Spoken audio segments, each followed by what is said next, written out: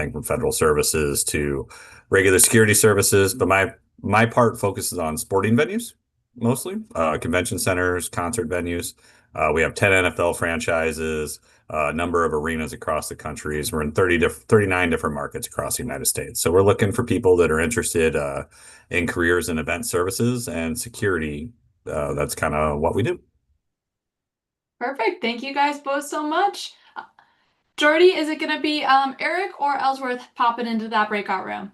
Why don't let's put Eric's room. If you guys are interested in learning more about event management and hearing about Eric's background, he's the head of talent, incredibly insightful guy who's got a lot of great guidance and mentorship for you. Jump into the breakout room. If you want to learn more about Tony and the incredible work that his team is doing, please stay in this main room. So go there now. We're going to stop at about 11:30 at the latest. And then but just go to the room now, and then you can bounce right after your speaker's done, and then come back for the next session at noon.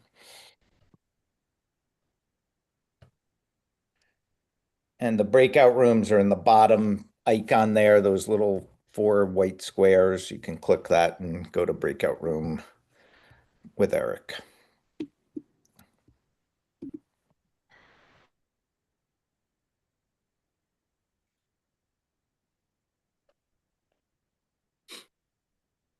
All right, we'll get started here in a second. Give everyone a second to get to the breakout room and get adjusted.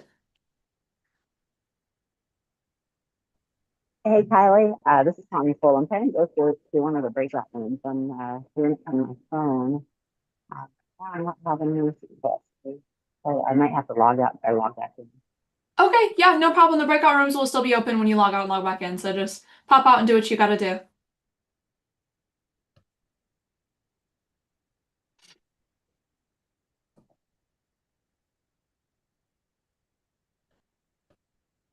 All right, we'll give everyone one more minute. Looks like we separated the breakout rooms just about half and half, which works perfectly. I like that hat, by the way. I just want to say that retired, not expired. I love that. We all can be wearing this hat, right? So when I do pass, all I gotta do is put some white out and just say expired. Hey, just making it easy, huh? That's right. Yeah. All do is just take it out.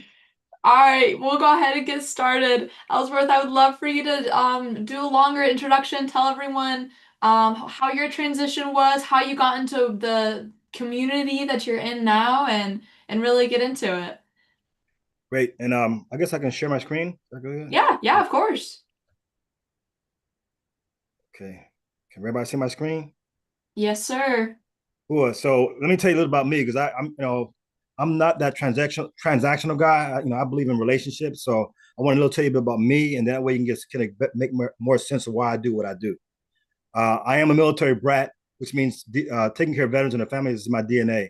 My dad was in for over 20 years, drill sergeant, and then when he finally decided to retire, and this is the thing, when you're a military brat, you're not really part of the real world. So when he retired, I didn't take it too well, because I was in a community I wasn't familiar with. So I actually dropped out of high school and joined the military as a high school dropout.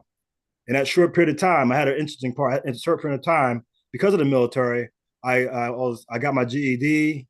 I got a green to gold ROTC scholarship, 3-year ROTC scholarship. So I got a bachelor's degree out of Temple University. And when I retired from the military as a major, God is always on time. So I met my wife, who's a law enforcement officer, and her department was domestic violence. And I wanted to be more actionable in domestic violence in that world. And they said the only way you can be a part of this, you must have a degree in counseling. So that's how I used my post 9/11 GI Bill. I said, you know what? I want to get a degree in the counseling, and that way I can help the veterans and their spouses in the counseling world. Fast forward now, I started in 2014. I got accepted an internship at James A. Haley VA down here in Tampa, and I noticed in that facility that they had over 22 counselors. Only 2 of them had military experience. 2. So they did not know how to talk to us or deal with us. And I said, that's crazy. So I said, why can't veterans counsel veterans? And that's where the name came from, the nonprofit. So it was really designed for us as veterans and spouses of veterans who are in the mental profession to be able to take care of each other. I always say that the difference between us on this line and everybody else is that it's not about the money. Not once the dollar goes away, you're still there because you're committed. This is our family, and we got to always be there. So I said, hey, you can't expect somebody to help you out if you're not part of the fight. And that's what Veterans Counsel Veteran. It's part of the fight. Everybody in my nonprofit it's a network. It's not a provider. We connect people to the veteran space or in the spousal space who are counselors, and then we try to connect them to that position. Our primary mission is preventing veteran suicide, but we do that by we created programs that eliminate the stressors, and we identified the high-risk populations when it comes to suicide. So one of them is women veterans have twice the rate of suicide than non-women veterans, and it's because of military sexual assault, military sexual trauma. So we have a program for that, military sexual trauma. In fact, we're having our fourth summit this year, April 25th, over here in either Orlando. We're still deciding if it's Orlando or Tampa. So that's one. The demographics are dying by suicide the most. Guess what? It's the older veterans and not the younger veterans. So we have a program called Serving Elderly Veterans, which is now focusing on the elderly veterans and people who care for elderly veterans and trying to eliminate that stressor. And one of the things I've learned with that is that 60% of veterans who have PTSD or TBI are diagnosed with dementia. So dementia is going to be one of our key focuses. We bring resources together. We bring them, we get the people out there who are taking care of the veteran or the veteran. We bring them together and we bring in those resources that can support the veteran. That's called Elderly Veterans. We had 2 Elderly Veterans Summit last year. We're going to have 3 this year. So the third one's going to be in Orlando. Again, it's all about bringing the resources and the veterans and the families together and start taking care of the elderly veterans. Families. For veterans, counseling veterans, strengthen the family, strengthen the veteran. So we have a new program we just started in November. It's called Military and Veterans Family Mental Wellness Program. You take care of that family, you have a better chance of reducing suicide ideations in that veteran. And so what we're doing for that is the family is the target, not the veterans. We want to know what's going on with them. If the veteran has PTSD, the family has PTSD. The veterans has any kind of mental disorder, the family does. And there's no access to them right now. We're going to start trying to help that with access. So if you don't treat that veteran's family, it becomes a disorder. And they think it's them, but it's not them. It's because that veteran came home with these disorders and nobody addressed it to them. And so they internalize it, thinking there's something wrong with me. And you realize, no, it's not you. It's just when the dad or mom came in with anger episodes or isolation or whatever, you were just trying to respond to it. So we need to start taking care of you because we owe that. If the military is why you got that PTSD, depression, whatever, then we should also extend it out to the family. So that's our commitment when it comes to the families. And finally, we're a referral, counseling referral. So if you're out there and you're just, we want to help nurture you from cradle to grave. But once you get to the graves, the hard parts because of death. But anyway, we're saying that we're going to start from the beginning. If you're going to school, getting a master's degree or something in counseling, we want to be there with you to help mentor you and help provide you opportunities. So if you're an intern and you're somebody going to school for mental health counseling, and you want to do an internship, we're the ones that are now. We just don't talk about it. We be about it. I want to real quickly. I've already did most of the talk, so I'm going to go through that. Here's our mission statement. You guys can, I used to work in G3 plans, so you can just read that. I ain't gonna read it to you. But the main thing is we're trying to take care of our suicide, and we're doing it. So it's more like a peer-led organization. Here are our 5 programs for 2026.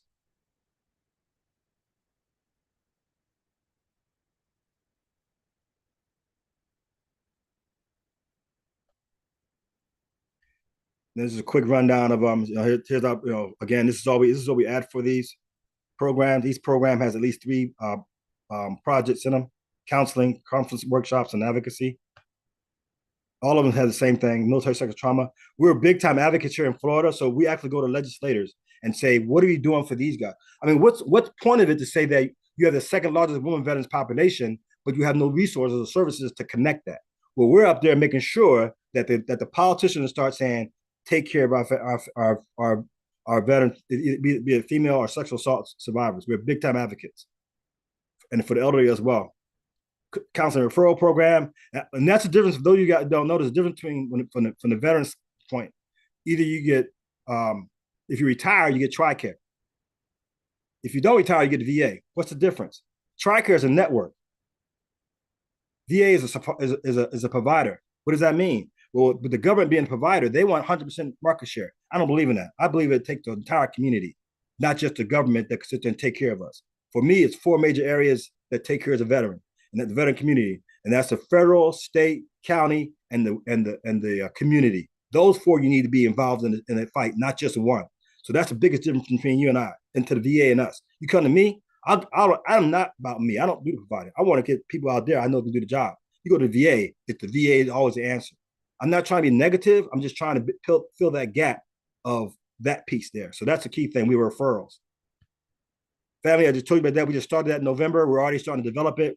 This Saturday, we're going to be at an MP, the 370 MP Battalion's having an event. We're going to be there and start providing outreach for the families out there that may be having a hard time. Okay, where we at? Okay, suicide prevention. We do all that, and every year we have during Memorial Day we have a special Memorial Day where we actually put aside a whole ceremony for those who lost a veteran and first responder suicide, and that gives you the okay to mourn that veteran who died by suicide. You don't have the stigma or nothing. We do that. We've done it 7 years in a row at my post in post 5, and we're going. Normally it's gonna be like the 28th, I think 23rd of May. And that's part of the suicide prevention, because people who are there, a lot of time they romanticize. People who die by suicide, they think that if I die, my family was better off. And that's far from the truth. If you die, you just took and cursed your family for the rest of their lives. And we will make sure to get that so they don't romanticize dying by suicide. That's me. This is all the organizations that are involved in Veterans Council Veterans. I will tell you one of the things about us, especially if you intern with us, is that we have a national brand recognition. I have almost 18,000 connections on LinkedIn. I have over almost 8,000 connections in Instagram, and I'm on YouTube. So we are national, but then we're also local. Florida has already have recognized me as being a Florida Veterans Hall of Famer. So I'm a Florida Veterans Hall of Famer. There are 4 major entities in Florida, and one of them is Florida FVA. I've been recognized from Florida Veterans for the Hall of Fame, but I also just recognized by Florida Veterans Foundation, another key element in Florida. And we was awarded there. So we have both a national footprint and a local footprint. So this is the best. You come work with us, you'll have impact on the community, you give back to the community, and I tell you what, when people start seeing you helping us out, it will help you out when you start circulating and looking for a job, or maybe you want to do it on your own. That's it. That's Tony Veterans Council Veterans in a 10-minute spiel. Amazing. You mentioned interning. Are you looking for members to come volunteer with you guys? Absolutely. It's interesting. So I'm definitely on the social media management point, the marketing standpoint, podcast. I want to start doing podcasts sooner rather than later. You know how you keep putting it off, and God keeps telling you, do a podcast, Tony. I'm not ready to do a podcast.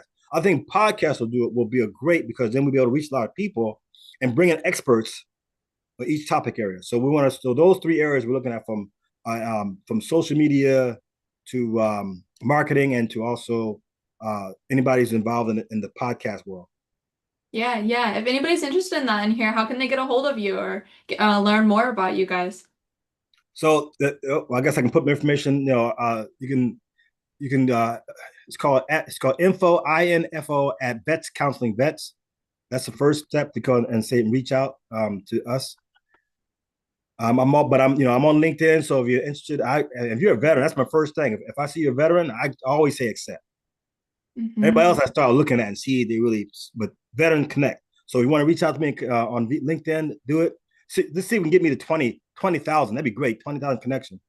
But LinkedIn is another way of getting a hold of me. I'm also on Instagram, Vets Counseling Vets on Instagram. So if you can reach any of those, or you can call my number, my business number, which is 407. I'm sorry, 407. That's a real number. 813-438-3179. And we're getting bigger because it's a guide assignment. So we're getting bigger. Like I said, now we're in Orlando, so we're getting bigger. And I just hope that it's a good way. If you want to sit there and really have an effect and continue to help your veterans and their families, Veteran Council Veterans is definitely a place to be. Yeah. Is there any goals for reaching outside of Florida eventually? Or are you guys gonna try to keep it in-house in the Florida area? Only place, so let you know. So when I say it's a God assignment, number one thing is being obedient. Because for me, when I retired, I wanted to be, I wanted to be like, like what's like Jordy was saying, cruising and stuff.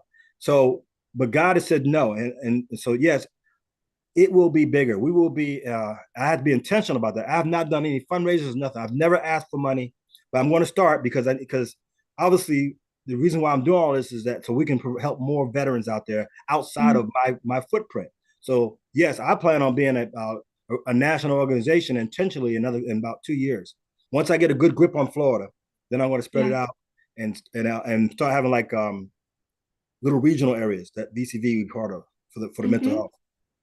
Yeah, yeah. Talking more about the mental health aspect of it. Everybody in here is a transition. Well, most of everybody in here is a transitioning veteran. And this is a time where I feel like a lot of people don't focus on mental health. They're more worried about finding a job and getting to the next step, which is all important stuff.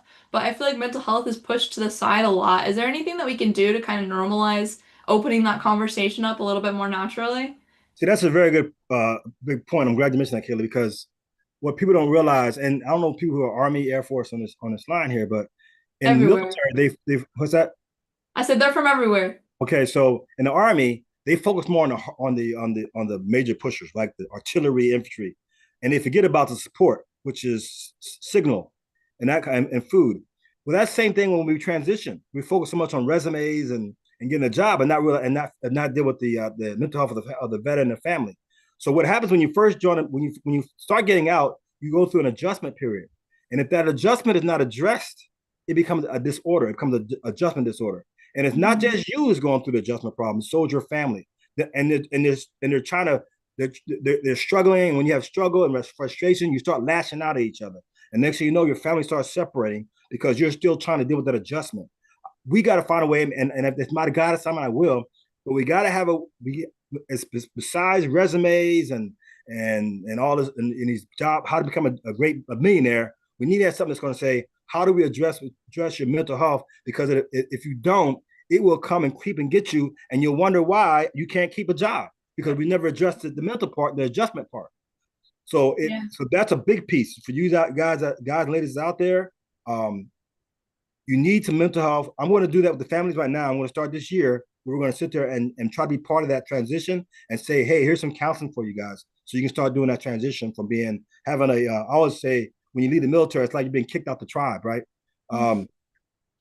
Especially if you don't get an ID card, right? When you leave and you turn your ID card in, you can't get back on the gate, right? You literally been kicked out the tribe. And that's hard to start adjusting to. And then we start having that mild adjustment and stuff, and people are not like us. So yeah, I believe that there must be a bigger presence when it comes to mental health, especially in the transition period, because that's when you're gonna be most vulnerable. What's something that we could all start doing today that you think would make our transition 1,000 times better in the mental health area? There's not many people that's like me, because I mean, when I say me, like Veterans Council veteran, because you need somebody who I always say go to counseling, but it's always better to go to somebody who understands you, right? There's nothing more upsetting when you're trying to explain to the counselor stuff and they're like, so who's higher rank, a first sergeant or a general? You're like, and it just gets exasperating because they don't. So I don't know how many organizations are like mine. I would try to get somebody, if they're not doing the counseling like we are, but a peer that kind of understand what you're kind of going through, because the most affected people really are not the one with the initials or whatever, but the people who are your tribe, because we're very tribal. So I would try to do that, but reach out to an organization that's be for young people, it's IAVA or all of those out there, it's SVA, other organizations out there. Try to reach out to them, but you have to be intentional. It's not mental health is not just like exercise. It's not going to do it. It's not going to help just because you're thinking about it. You got to do work. You got to work at it. It took you how many years to get to look when we went to basic training, and what they did was they stripped your individuality through basic training. The whole mission was to stop you to think about you and think about the collective. But you know what? They didn't do the same thing when you got out. They didn't reverse that. So you still going into the civilian world with a collective mindset, but in reality, our country rewards individuals. So now you got to figure out, how do I become a collective to an individual, and that's hard because you got to be intentional. Mm-hmm. You can't. It just doesn't naturally happen. And we're going to probably set some programs up, and not just in future where we can start saying to start to reclaim your identity. Right, you've lost your identity. I was Major Williams, whatever sergeant, whatever I was, but that's a label. That's a collective thing, right? We get your U.S. Army or Navy, Air Force on the other side. That's a collective mindset. Well, how do we get out of that collective mindset and start being more healthy individuals? Mm-hmm. Yeah, absolutely. Talking about earlier, you mentioned you have some events going on in Florida here in the next couple months. Can you talk about those, what they're going to entail, where they're going to be? I know you said you weren't sure where there was going to be yet, but like what that event's going to be about. We Yeah, have a lot of people from Florida in here. It's kind of exciting, and I'm sure Jordan, a lot of you guys here are the same way, where when you go to sleep, you still think about things, right, to help the veteran. So and that's what's happening now. So we're focusing on 4 major events that's going to be happening this year, maybe it's 5. So we're going to have serving elderly veterans, and for Florida, it's relevant because Florida have almost 500,000 veterans over the age of 65. Wow. And I talk about the dimension, all that kind of stuff. So we're going to have 3 summits. They're going to be Pinellas, and these areas have over 100,000 veterans. So Pinellas will have a summit, Hillsborough have a summit, and Orlando have a summit this year. So those 3 are going to be done this year. And it's about bringing the resources and some information like, hey, how do I deal with a parent that has dementia? Or how do I do it myself? Sometimes it's not the parent, it's you. Like, I'm going crazy. I can't keep this up. It's draining me. I'm going crazy. So that we have those 3 summits, and we're going to have that pretty soon. Our biggest event we're going to have is on the 25th of April, and it's our 4th MST summit. And the theme is healing families and relationships. Because again, those are the casualties when you've been sexually assaulted. You start losing those, relationships and stuff. Both not just your a significant other, but also your family. And then if they're not counseled, they'll start taking what you're doing, and they'll have problems, like as if they were sexually assaulted because they just took, and you didn't know that. You didn't realize when you did this and that, you were actually creating their disorder. So that's why the conference on the 25th is going to be focused more on the families and the relationships of what can we do to make sure that either mend relationships or make sure we don't break the relationships because of the sexual assault. So that'll be on the 25th. We're looking at right now between I've got some emails coming up, so I was going to do it in St. Pete, but I just one place I was going to do it. They're not available the 25th, so that's one. And then the 3, they'll be coming up probably every other month. The summits will come up in Pinellas, Hillsborough, and Orlando. And then I told you about the ceremony it's called the special ceremony for those lost veterans suicide, and we're going to have a family. November is family, military and family recognition month. So what we did last year is we actually recognized the whole month, and we gave away $150 gift certificates every week. And so we're going to do the same thing again. We're going to start, and what we're going to do this show and we had a summit, but we want to starting this year. So when we had the summit in November, we start developing relationships so we can start, reaching out to these families. And people don't even know these families are. When you get out of the military, the only thing they really care about is you. So no one, when you're in the military, they know everything, including your pet or your parent, right? They know everything. But when you get out of the military, they don't care anything but you and maybe your spouse if you guys retire. They don't know anything about your family. So we got to recapture that. Who out there has a family who's a veteran? And what are their ages and stuff? So we got to try to recreate that. I need the help from you guys out in the community. We need to start saying, do the research and find out how many families of veterans who has mother or father has PTSD, and what are we doing for them? And if you're doing nothing, then we should do something. Yeah. So that's absolutely. That's kind of what I'm doing, and a lot of advocacy. I'm going to Tallahassee and end of the month to constantly advocate for what I just told you about. We need access. We need access. We need access. And hopefully next year, and I want to also sponsor counseling. Right now we can afford 6 families. So this year we're gonna sponsor 6 families for counseling. Wow. So and it empowers the family. So I don't need the veteran, right? I don't need the veteran, or how we got the sponsor my ID card. We don't need that. If you're in a relationship with a veteran, you say we need help, we'll do it. We have no problem, and we're gonna do 6 of them. And what we do, we don't provide the counseling. we connect you. So we'll pay for that. We'll say, okay, especially if you can't afford whatever, we'll pay for that counseling to make sure you and your family get the counseling that they need all of of this year, 2026. Yeah, yeah, that's amazing. I feel like that's something they're lacking. Payne in the comments just said that's the reason he's getting out is because they'll support spouses, but there's not much family support active duty. So No, hearing from a facility that's doing that for them is amazing. let's hope it increases. Again, I'm not trying to own the world. I don't want no market share. And one thing I always say about suicide, and please spread this. I haven't copyrighted it, but suicide is a national problem with a local solution. You cannot franchise, nationalize, and monopolize the solution to suicide. We got to get past that. Yeah. The people who are going to have the best opportunities, like a cigarette butt. When you do it, when you have the police call it parade field, they put everybody all together, shoulder to shoulder, and they all go through this parade field. And guess what? You'll find that cigarette butt because all of you guys are working together. That's the way it's for suicide. You cannot do it from Talladega. There's got to be somebody in that neighborhood that notices that veteran is selling their Maserati for $20 in a pack of cigarettes. But that neighbor will know. And so we need to get more and more of the local people involved in suicide, not some national organizations. It don't work like that.